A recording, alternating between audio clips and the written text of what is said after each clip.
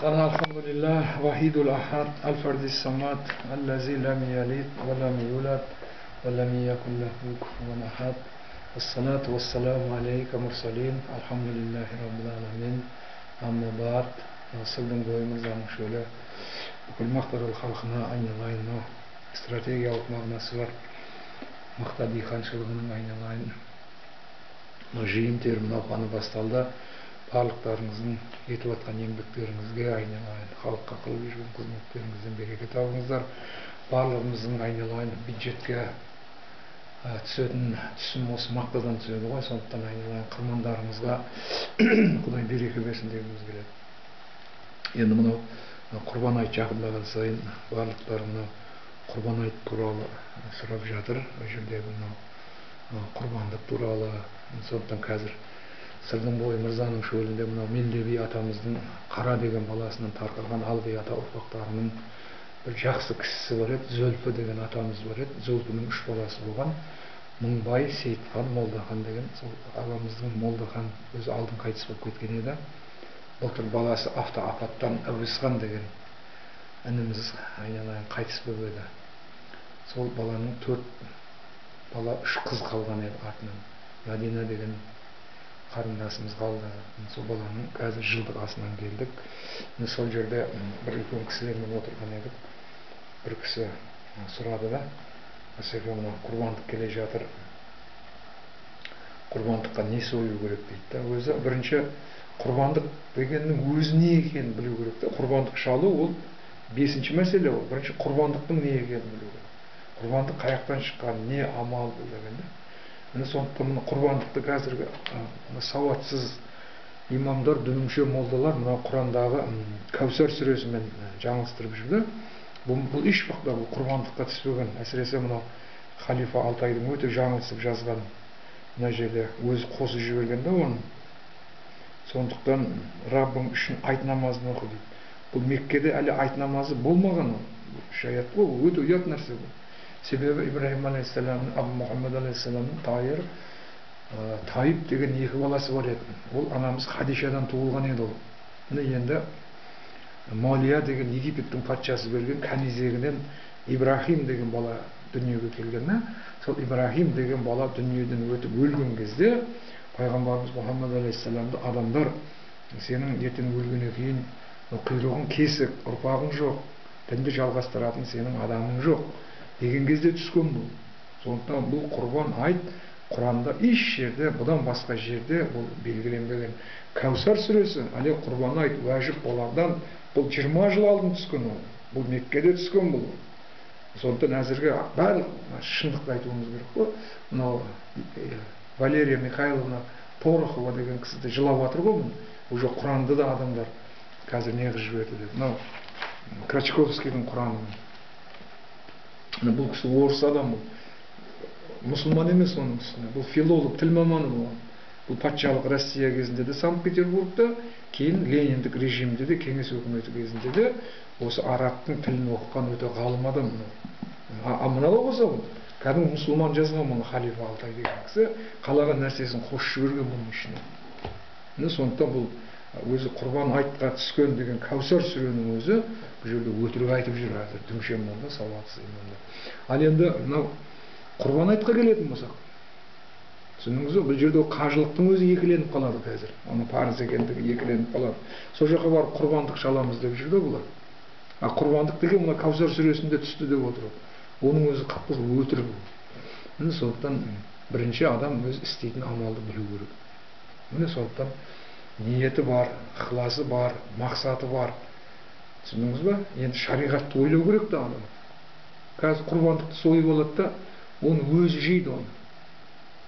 Ал енді құрбандық жаятын адам, бұл өзі жейтін болғаннан кейін, ол нағып доңыз сойып жей бермейді, өзі жейді болғаннан кейін. Ал оның мақсаты сол қолы келте адамдарға беру еді басында мақсат. Еврейлер, Мадинадағылар осыны істеп, камбағалдарына тарқатады екен қаланы. Таныған, танымаған адамға сәлем беріп, таныған, танымаған адамға барып құрбандыққа шалған малын тарқатады екен яһудилер. Ал олар еш уақытта шошқаның етін яһудилер жемеген. Шошқаның етін олар соймайды да керек болатын болса. Ол Библияда харам етілген. Әзір Библияны оқымайды өздері, Инжилді. Сөйтеді де барып, шошқаның еті мұсылман ғана. Жоқ. Библияның өзінде, Порохова кітаптарында оқып, интернеттен көрсеңіздер айтып отыр ғой. Сондықтан ол мына кітапта харам етілген. Себебі ол ганнибализмге жатады екен. Шошқаның етін жеген адам, адамның етін жеген күнәға батады екен. Себебі оның мышцалары, мынау не бар ғой адамның тамырлары. Сіңіңіз бар ма? Сіңір. Солары өте зиян екен де, бауырыңды ірітіп жібереді екен. Шошқаның еті. Сондықтан себебі ол Құдай өзі жаратқан кезде барлық нәрсені ол таналықпен жаратқан ғой. Сондықтан оны жаңағыдай жеу адамзатқа бұл Инжилдің өзінде де оны не қылып қойған да, мән етіп қойған. Ал ол мен тағы бір мәрте айтамын. Тағы бір мәрте айтамын. Мұсылман баласына құрбандық шалу уәжіп болды. Ол мұсылман баласына ол. Ол уәжіп, ол парыз емес. Білдіңіз ба құрбандық шалу? А енді уәжіпті орындап жатқан кезде, уәжіптің ішінде де оның парызы бар да. Парызы сол тарқату керек оны адамдарға сойып. Қамбағалдарға беру керек оны. А өзі сойып алып, өзі жейді. Ол сауабы қаяқта оның. Ол айтатын адам қаяқта қазір. Сондықтан жаңағы мына Қаршадай баланың жиынында бір кісі сұрапты, танымаймын. Ибаділла деді ма, Сейділла деді ма? Сөйтіп ол кісі де таң қалды да, дұрыс айтасыз, не аласың оны сұрап сен? Ат сойсаң да өзің жейсің, 6 айлық қозы сойсаң да өзің жейсің. Сондықтан бұл жерде жандық, әйтеуір біз Ташкентте Абдулмажид Қары деген кісі бар еді. Ходжайу Аламбардар деген мешіттің бас имамы еді. Ол 70-ші жылдардың аяғында. Сол кісімен больницада жатып қалып, сол кісіден сұраған кезде құрбандыққа әйтеуір бір жанды нәрсені сойса болды. Бірақ әңгіме оны тарқатып жіберу де керек. Ол не сойылғанымен ешкімнің өзінде шатағы жоқ деген. Сондықтан айналайын. Жаңа кісі сұрағаннан кейін ол кісіге де сол Абдулмажид Қары кісі айтып еді, ешкімге бермейтін болса, тоңғызды сойып өзі жей берсін деді. А оны сойғаннан кейін, жандықты сойғаннан кейін, яһудилер, еврейлердің әдеті ол. Соны нелерге тарқатып жібереді екен, кембағалдарға да. Соны құрбандық дейді екен. Сондықтан айналайын да, барлық нәрсеге ілім керек. Жаңағыдай сол жерде Нағанаята мешітінің имамы Мұсабек Пимент деген ініміз отыр да. Сол кісі айтып едім, бір сағаттық ілім 70 жылдық ибадатпен теңдік. Ол кісі мені қолдады, Асабек көкем дұрыс айтты. Шынында да бір сағаттық ілім 70 жылдық ибадатпен тең деген хадис бар деді. Сондықтан ол қайсы нәрсені адам бір нәрсені істер кезде оның ілімін алу керек те оның. Сондықтан бұл құрбандықпен де ойнауға болмайды. Міне әрине қазір кеше бір мына жерде Ділдахан деген бай ағамыз бар еді. Асабай интернеттегі кейбір сөздерін мен түсінбей жатырмын. Безбожникке ұқсап тұр ма дедім. Құдайдан қорықпайтын адамға ұқсап тұр ма дедім. Иә деді. Сондықтан дедім, Малики, Ханбали, Шафиді, Имам Азам Абу Ханифаны дедім, ұрып өлтірген бұның бәрін дедім.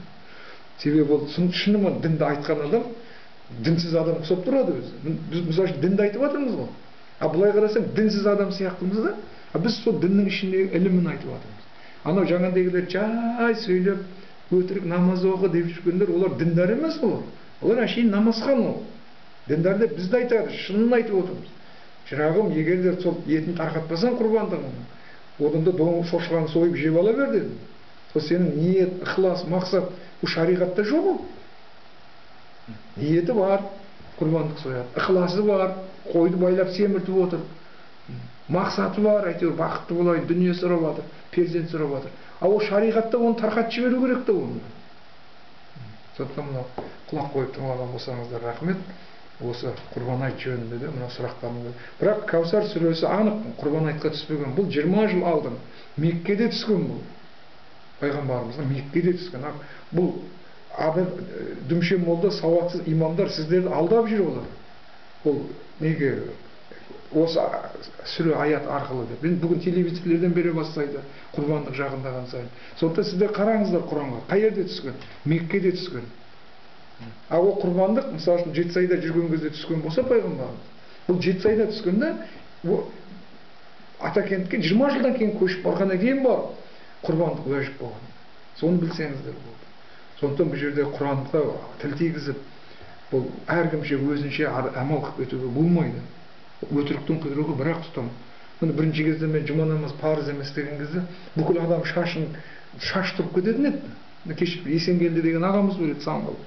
Сол кісілермен кәдімгі төбелесіп қалайын дегенбіз бірінші кезде. Сөйтсем молданың баласы дегенде, сіздерге рахмет, мына Құрбан айт пен Кәусар сүресінің ешқандай шатағы жоқ. Рахмет.